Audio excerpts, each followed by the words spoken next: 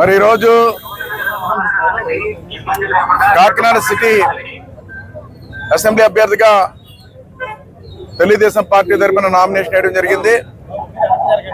ఈ రోజున నాకు ఈ అవకాశం కల్పించినటువంటి నారా చంద్రబాబు నాయుడు గారికి, అదేవిధంగా ఈరోజు కూటమి అభ్యర్థిగా జనసేన బీజేపీ వాళ్ళ సపోర్ట్ తో ఈ రోజున నామినేషన్ వేయడం జరిగింది. వారికి అధ్యక్షుడు నారా చంద్రబాబు నాయుడు గారికి మొట్టమొదటిగా ధన్యవాదాలు తెలియజేసుకుంటూ, ఈరోజు నామినేషన్ సమయంలో ఈరోజు కాకినాడ నగరంలో కార్యకర్తల నాయకులతో ఏదో సింపుల్గా నామినేషన్ చేయాలని మేము ప్రకటన చేసుకోవడం జరిగింది.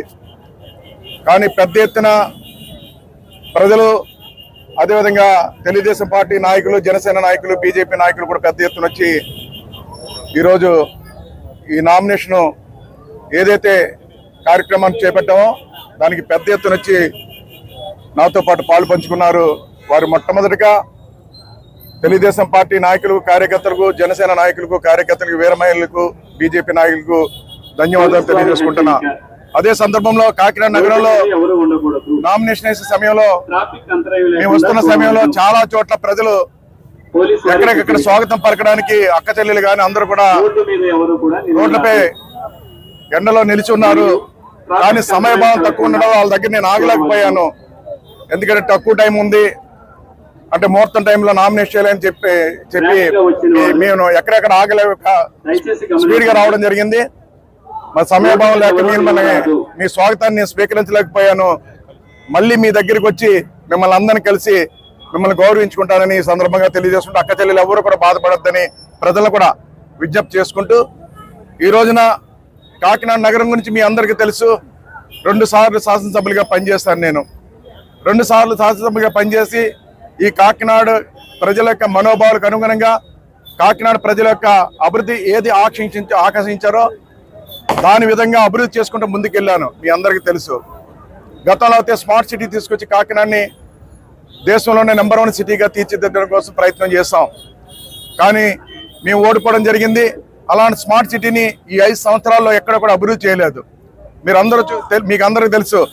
మంది కోకినాడ అనేవారు, కోకినాడది కాకినాడ అయింది. కాకినాడ స్మార్ట్ సిటీ చేసాం మేము. అలాంటి స్మార్ట్ సిటీని గంజా సిటీగా, డ్రగ్స్ సిటీగా మార్చేశాడు దూరంపూడి చంద్రశేఖర్ రెడ్డి. అలాంటి సమయంలో ఈ రోజు ఎలక్షన్స్ వచ్చినాయి.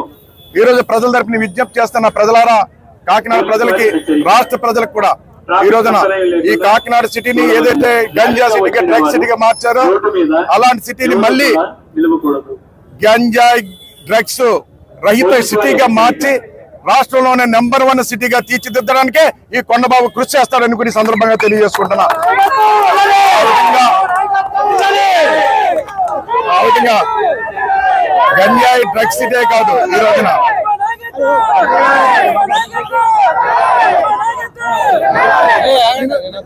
గంజాయి డ్రగ్స్ సిటీ కాదు. మీ అందరికీ తెలుసు, పెన్షనర్ ప్యారడైజ్ కింద సిటీని పిలువబడేది. ఈ జిల్లాలో ఎవరైనప్పుడు కూడా రిటైర్ అయినటువంటి ఉద్యోగస్తులు కానీ, వ్యాపార సంస్థలు కానీ, పెద్ద ఇండస్ట్రియలిస్టులు కానీ కాకినాడ ఇల్లు కట్టుకుని సుఖంగా ఉండాలని ఆలోచించేవారు. అలాంటిది ఈ రోజు కాకినాడ ఇల్లు కట్టుకోవడానికి భయపడుతున్నారండి. ఈ రోజు రౌడీలు, గూండాలు పెరిగిపోయారు. ఎక్కడ ఖాళీ స్థలాలు ఉంటే అక్కడ కబ్జాలకు గురవుతున్నాయి. ఆ విధంగా పెద్ద ఎత్తున మీకు ఇష్యూస్ అన్ని జరిగినాయి కూడా.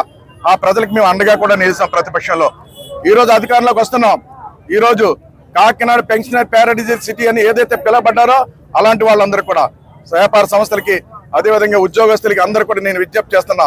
మీరు ఏదైతే కలలు కన్నారో, కాకినాడ ఏ విధంగా ఉండాలనుకున్నారో ఆ కళలను నెరవేర్చే బాధ్యత ఈ కొండబాబు తీసుకుంటారని ఈ సందర్భంగా తెలియజేస్తున్నా. మీ అందరికి కూడా ఆ విధంగా అభివృద్ధి చేసి చూపిస్తారని ఈ సందర్భంగా తెలియజేసుకుంటూ, ఈ రోజు మరొకసారి ఈ నామినేషన్ దాఖలు చేసే సమయంలో నాతో పాటు పెద్ద ఎత్తున వచ్చినటువంటి తెలుగుదేశం పార్టీ నాయకులకు, కార్యకర్తలకు, జనసేన నాయకులకు, కార్యకర్తలకు, వీర మహిళలకు, బీజేపీ నాయకులకు, కార్యకర్తలకు, ప్రజలందరూ కూడా ధన్యవాదాలు తెలియజేసుకుంటున్నాం మరొకసారి.